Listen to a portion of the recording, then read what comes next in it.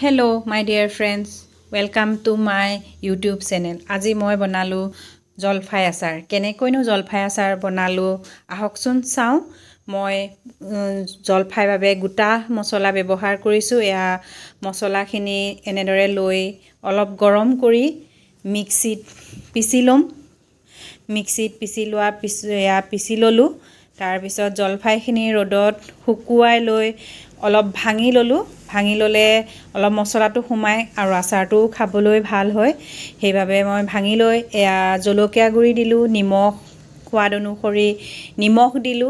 তাৰ পিছতে দিলো মই হালধি দিলো। দি মই যিখিনি মছলা মিক্সিত পিচি ৰেডি কৰি থৈছিলো সেইখিনি দি দিলো।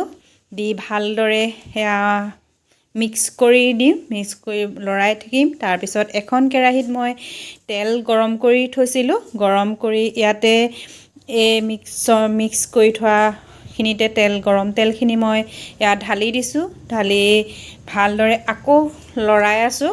লৰাই জলকীয়া কেইটামান মই বকা জলকীয়া কেইটামান শুকুৱাই থৈছিলোঁ। সেই শুকোৱা জলকীয়াকেইটাও মই ইয়াতে এয়া দি দিছোঁ। দি আকৌ ভালদৰে লৰাই দিছোঁ। লৰাই এয়া ভিনেগাৰ অকণো দিছোঁ। যিহেতু ভিনেগাৰ দিলে আচাৰটো বহুত দিনলৈ ভাল হৈ থাকে, সেইবাবে দিছোঁ। এয়া চাওকচোন কি সুন্দৰকৈ মোৰ আচাৰ তৈয়াৰ হৈ গ'ল। এতিয়া মই এয়া বটলত ভৰাই ৰ'দত দি থাকি খাব পাৰিম।